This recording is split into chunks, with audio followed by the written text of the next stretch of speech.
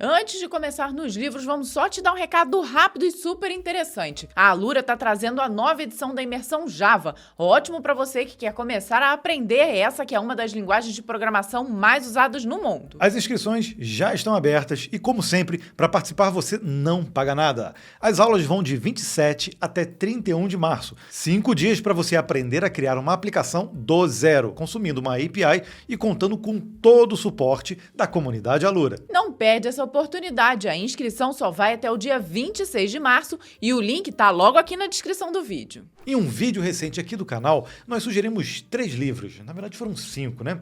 Que para nós são bem importantes para desenvolvimento profissional de pessoas que gostariam de se tornar programadores e que vêm do absoluto zero. Mas nós queremos ir além. Não queremos somente que você trabalhe com tecnologia, mas que se desenvolva pessoalmente de várias formas diferentes. Então decidimos tirar 4 livros que adoramos da nossa prateleira para poder te ajudar de várias formas. Tem livros sobre educação financeira, desenvolvimento de carreira, produtividade e aprendizado contínuo.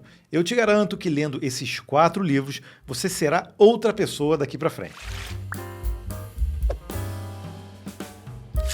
Tem outro caminho para entender o nosso mundo senão a educação. Temos que ler bons livros para conseguir traçar a melhor trajetória profissional que conseguirmos. E na nossa visão, isso está além dos livros puramente técnicos. Pois é, né? Se nós queremos ser programadores, precisamos entender da técnica, mas também de como precisamos aprender essa técnica e continuar evoluindo. Esses 4 livros que separamos são super especiais. A maioria são novos e atualizados, mas antes de conhecer eles, eu quero saber aqui nos comentários qual foi o livro, não vale de programação, tá? Que te marcou e te faz pensar até hoje. Fica até o fim que nós vamos ter uma surpresa para quem engajar nos comentários. Lembrando que os links dessas indicações estão aqui na descrição, caso você queira comprar algum ou todos eles, quem sabe. Então, partiu para as indicações, Gabriel? Vamos lá. Vamos começar com um clássico da educação financeira. Eu li lá por volta de 2003, 2004 e mudou completamente minha relação com o dinheiro. Estou falando do Pai Rico, Pai Pobre. Algumas pessoas que leem não conseguem entender completamente as lições que são ensinadas no livro, o que para mim não faz muito sentido, pois ele conta a experiência vivida por ele mesmo, Robert Kiyosaki, onde ele considera que teve 2 pais. Um pai que era o pobre e o pai real dele, né? E o pai rico, que era o pai de um amigo. E não é à toa que esse livro é um best-seller. Uma das principais lições do livro é a importância de investir em ativos ao invés de passivos. Os ativos são coisas que geram renda, como imóveis, ações e negócios próprios, enquanto os passivos são coisas que consomem dinheiro, como carros, roupas, supérfluos, tecnologia e imobilizados, que não geram renda, como a própria casa. Outra lição importante do livro é a diferença entre a renda ativa e a renda passiva. A renda ativa é a renda gerada pelo trabalho, enquanto a renda passiva é aquela gerada por ativos, como investimentos ou propriedades de aluguel. A grande sacada é que a renda passiva é fundamental para alcançar a liberdade financeira. Um conceito criado no livro é o da corrida dos ratos, onde o Robert argumenta que muitas pessoas estão presas em um ciclo de trabalho árduo para pagar as suas contas e assim nunca conseguem escapar dessa corrida. Muitas pessoas têm um emprego que consideram seguro e estável, mas não estão realmente construindo riqueza. Em vez disso, elas trabalham por dinheiro e gastam todas as suas despesas no seu próprio estilo de vida. O autor chama isso de pensamento pobre. Para escapar da corrida dos ratos, ele sugere que as pessoas precisam adquirir ativos que gerem renda passiva, como imóveis, negócios próprios ou investimentos em ações. Com o tempo, esses ativos irão gerar renda suficiente para cobrir as despesas, permitindo que as pessoas se livrem do trabalho árduo e tenham independência financeira. Para vocês terem uma ideia de quanto a gente gosta do livro, essa daqui é a nossa versão original. Não, a gente não gosta do livro. Não, nós gostamos, não tem capa. Ele está realmente muito utilizado, mas esse aqui foi obra do nosso filho, quando ele tinha coisa de 1 ano e pouquinho, estava engatinhando, ele resolveu pegar o Pai Rico, Pai Pobre, como ele não sabia ler, ele só rasgou a capa. Mas o que interessa é que o conteúdo está aqui, mas nós temos também uma versão lacradinha, tá? Fica até o final do vídeo, que você vai saber por quê. E com informações extras, tem coisas... Ficamos até curiosos, né? Porque ela tem uma boa diferença aqui da nossa edição. 9 sessões extras de estudo. E aqui tem uma capa celebrando aqui 20 anos como o livro número 1 de finanças pessoais. Então o livro é muito legal.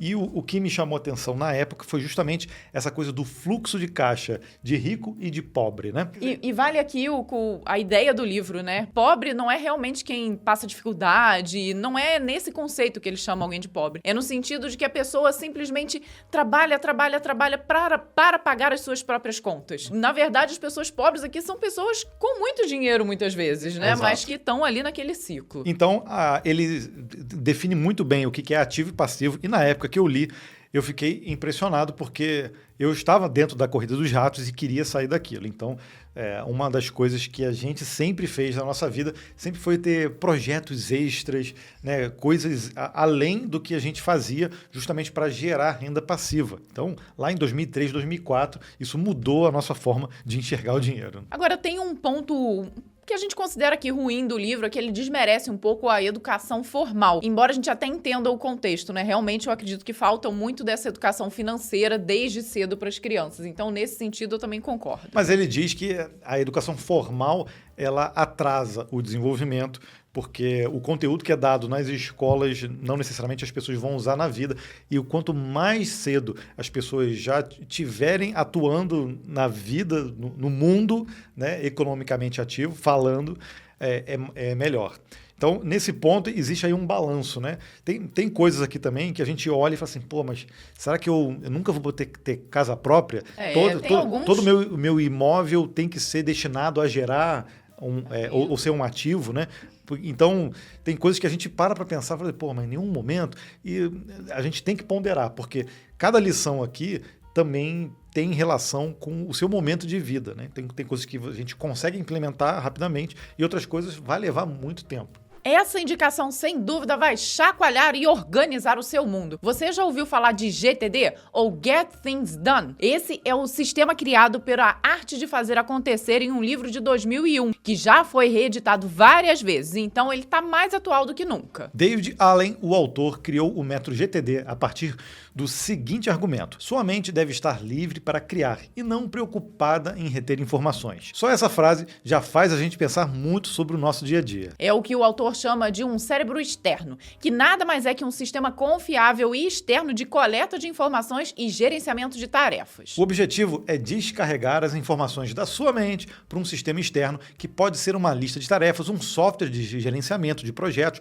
um caderno, que eu uso bastante, ou qualquer outra ferramenta que você possa usar para coletar e gerenciar suas informações. Com isso, você vai liberar a sua mente para se concentrar no trabalho criativo e na tomada de decisões. O método vai te ajudar a gerenciar suas tarefas e projetos de forma mais eficiente, sem se sentir ali sobrecarregado ou estressado. Ele é um guia prático para a produtividade pessoal e profissional. O método GTD apresenta 5 etapas principais: coletar, processar, organizar, revisar e fazer. Pensa bem, se formos levar para o mundo dos códigos, pensando no ciclo do desenvolvimento de software, acaba sendo bem parecido. Essas 5 etapas funcionam da seguinte forma: coletar é a captura de todas as tarefas, ideias e informações em um sistema confiável, como uma lista de tarefas, um software de gerenciamento de projetos, por exemplo. O processar tem relação com analisar e avaliar cada item coletado e decidir qual é a próxima ação necessária. Se a ação levar menos de 2 minutos,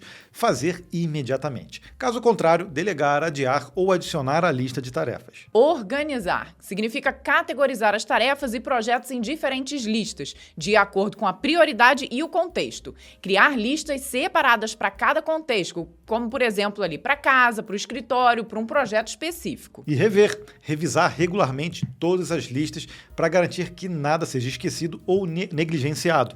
Fazer uma revisão semanal de todas as tarefas e projetos e atualizar as listas de acordo. Fazer, que quer dizer executar as tarefas e projetos de acordo com a lista de prioridades e contexto. Concentrar-se em concluir uma tarefa de cada vez e eliminar todas as distrações desnecessárias. Olha, eu conheci essa metodologia há alguns anos atrás, no momento em que me ajudou muito, porque acho que eu estava realmente sobrecarregada de coisas na minha mente. Então, na época eu não cheguei a ler o livro todo, mas eu estudei bastante a metodologia e me ajudou muito, depois que eu realmente adquiri o livro.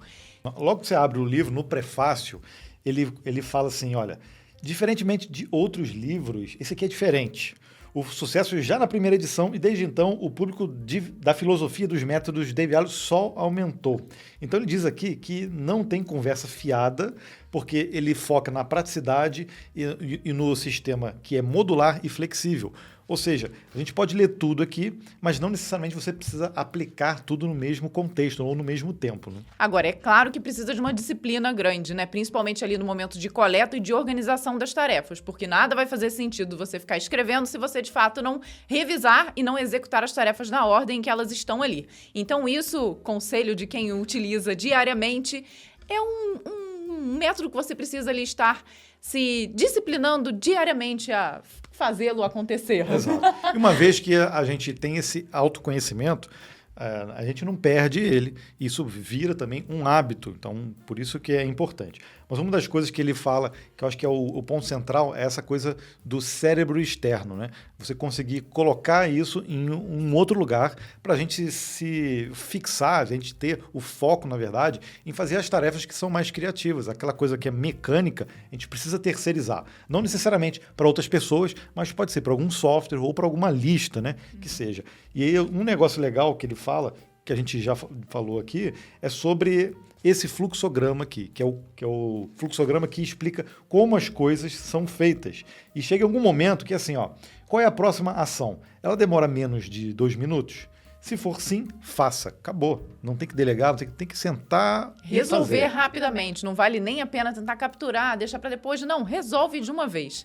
E eu acho muito interessante essa citação aqui que ele faz lá no meio do livro, que vem até de Aristóteles. Aquilo que temos o poder de fazer, temos também o poder de não fazer. Então, acho que isso fala tudo sobre lista de tarefas.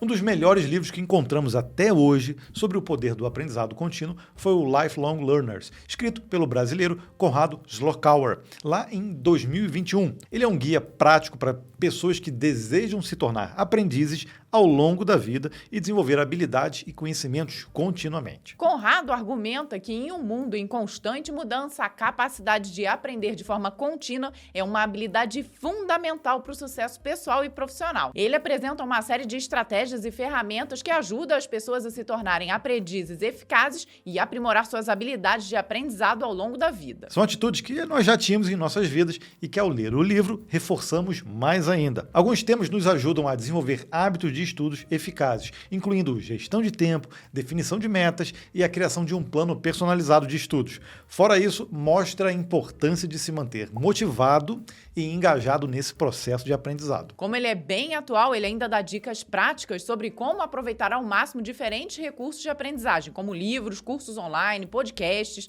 palestras e, por incrível que pareça, pode até utilizar as redes sociais. Claro, poxa, nós estamos aqui também como educadores para ensinar. As principais lições desse livro, na nossa visão, são que uma das nossas habilidades fundamentais é aprender. Nós já discutimos o que o autor defende e nós concordamos. Desenvolver hábitos de estudo eficazes. O autor até oferece conselhos práticos de como criar um ambiente de estudo adequado, definir metas claras e criar um plano de estudo personalizado. Gerenciar o tempo sem distrações. Olha que importante. O livro oferece dicas sobre como gerenciar o tempo de forma eficaz para maximizar o tempo de estudo e aprendizagem. O autor enfatiza também a importância de definir prioridades e eliminar distrações. Nós também já falamos sobre isso várias vezes aqui no canal. Experimentar diferentes formas de aprendizado. Cada um de nós tem a sua forma preferida e também é possível naquele momento de vida para aprender. Por isso é importante experimentar. O autor ainda argumenta que a diversificação dos recursos de aprendizado podem ajudar a manter a motivação e o engajamento. Falando nisso, manter-se motivado e engajado vai ser fundamental para o processo de aprendizado. No livro você vai encontrar conselhos práticos sobre como se manter motivado e até para superar obstáculos. Esse aqui é o livro. Olha, eu grifei aqui 2 lugares que eu acho bem interessantes. Primeiro é falar sobre aprendizagem autodirigida. Você sabe o que é isso? A gente pode falar, é aprender sozinho, né? Mais ou menos. Ele diz que é um processo pelo qual indivíduos têm iniciativa com ou sem a ajuda de outros. De diagnosticar suas necessidades, olha só como é que é importante, saber qual é a sua necessidade de aprendizado, estabelecer metas e identificar recursos humanos e materiais para o aprendizado. Ou seja, isso aqui e esse aqui, se completam. Se completam, né? Perfeitamente. Né? Então, a gente tem que aprender a identificar e traçar metas. Isso a gente faz para tudo na vida, né? E outra coisa também, quando a gente está refletindo, a gente precisa de tempo para a gente assimilar o aprendizado. Não sei se acontece com vocês. Se a gente se enche de informação o tempo inteiro, a gente fica muito... mentalmente cansado. Cansa mentalmente. Então, a gente precisa ter um limite ali de informações que a gente consegue assimilar, e a gente precisa de tempo para conectar os pontos, né, para fazer isso. Então ele cita no livro aqui até um trecho de um discurso famoso aí do Steve Jobs, que fala muito que os pontos só se conectam no retrospecto. Ou seja, você só consegue refletir daquilo que você está aprendendo depois de um tempo. Isso que é interessante. Então tem coisas que a gente fala, por exemplo, no Pai Rico, Pai Pobre, que só vai fazer sentido em um momento da vida. Não vai fazer sentido naquele momento. Mas o importante desse livro é a gente realmente aprender que, ainda mais trabalhando com tecnologia, né? A gente está falando aqui de programação, tudo, que a gente precisa estar em constante aprendizado e motivado com isso. Exato. Agora eu acho engraçado, né? Vou trazer aqui um lado muito pessoal meu, né? Hoje eu tô aqui praticamente completando 42 anos e eu vejo o quanto eu estou cada vez mais ávida a aprender mais coisas sobre diversos assuntos. Então, assuntos como filosofia, que às vezes era algo que não me interessava há 30 anos atrás, hoje eu já acho interessante. Então, você vai estudar, às vezes, sobre o temperamento, porque você está querendo entender ali como lidar com os filhos. Então, as coisas vão mudando. E o fato é que os livros são um excelente recurso para você achar todo o assunto necessário. E nesse livro ele também fala sobre a tese de doutorado dele, que foi justamente, ele entrevistou vários profissionais formados e pós-graduados também, para saber como eles lidavam com o aprendizado depois da formação formal, né? Vamos dizer assim, né? Então é bem interessante. Esse livro é o número 3 e é importantíssimo também. Nossa quarta recomendação é o livro Por que os Generalistas Vencem em um Mundo de Especialistas, de 2019. Esse livro com certeza vai contra o pensamento de muitas pessoas atualmente. Só para deixar claro que nós já falamos aqui muitas vezes que não somos contra os especialistas. Já inclusive dissemos várias vezes aqui no canal que é importante ser especialista em alguma coisa. Mas, né, com o tempo todos precisamos ter uma mentalidade mais generalista. Exatamente. Mas só serve realmente para quem não para de evoluir.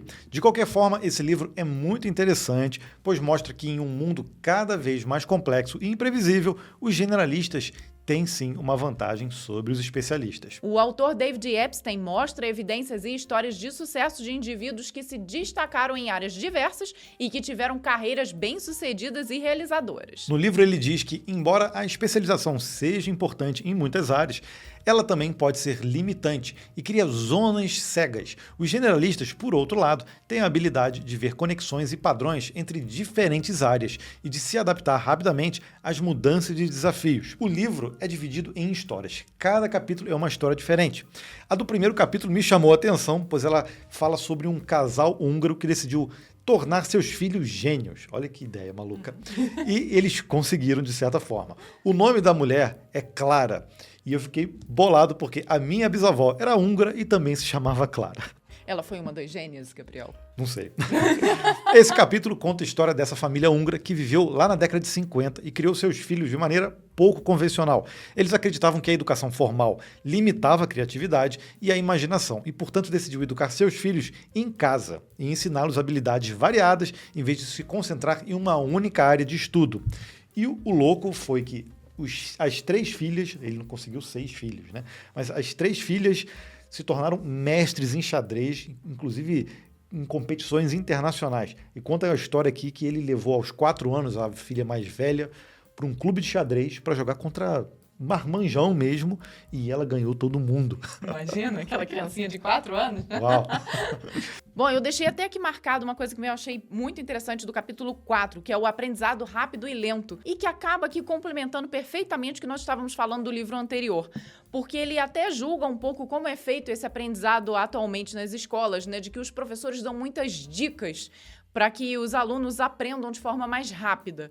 E que, na verdade, o conceito deveria ser um pouco do contrário. Porque quando você sofre um pouquinho ali no aprendizado, né, você, ao invés de ter uma fórmula mastigada, você entende como chegar naquela fórmula, o aprendizado fica muito mais enraizado e consegue ficar muito mais firme no seu conhecimento. Então, o aprender só uma fórmula é o aprendizado rápido. Exato. E o aprender o porquê daquilo ou como você chega à fórmula é o aprendizado lento, mas é o aprendizado mais duradouro, profundo. né? O mais profundo. Então, ele, de fato, vai fazer com que você consiga lidar com situações diferentes. Óbvio que a gente falou aqui de uma fórmula, né? Que seria algo talvez muito específico, mas no dia a dia, você aprender a ler os problemas e chegar a vários caminhos, é exatamente sobre isso que ele fala, ao invés de ter um único caminho curto ali para chegar na resposta. Mas se a né? gente joga para o mundo da programação, é a mesma coisa que a pessoa se especializar num framework e não saber criar soluções. Ela sabe só usar o framework.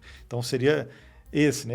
Seria, por exemplo, se a gente aprender o fundamento do desenvolvimento de software, acaba nos ajudando mais do que aprender só a utilizar uma determinada ferramenta. Sem dúvida, a comparação é perfeita, então achei bem interessante.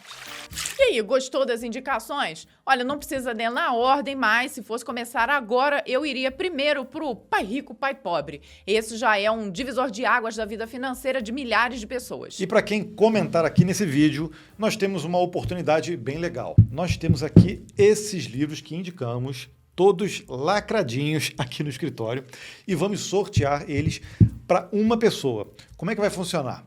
Comente aqui nesse vídeo qual livro você mais gostou dessas nossas indicações ou o livro que a gente tinha pedido para você dizer qual o livro que mais marcou a sua vida. E aí, no episódio número 94 do Compilado, que é o nosso podcast, nós faremos um sorteio desses livros. Se você não conhecer o nosso podcast, eu te explico aqui rapidinho. Todo sábado, às 6 horas da manhã, nós resumimos as notícias da semana que mais chamaram a atenção no mundo dos códigos. O Compilado está disponível nas principais plataformas de podcast e também no YouTube, no próprio canal. Tem um card aqui para você se inscrever no canal do Compilado. Além das notícias, nós sorteamos camisetas todas as semanas e tem muitas histórias legais rolando por lá. Então, nos vemos nos próximos vídeos aqui do Código Fonte TV, mas também lá no Compilado Podcast. Até lá! Tchau, tchau! Tchau!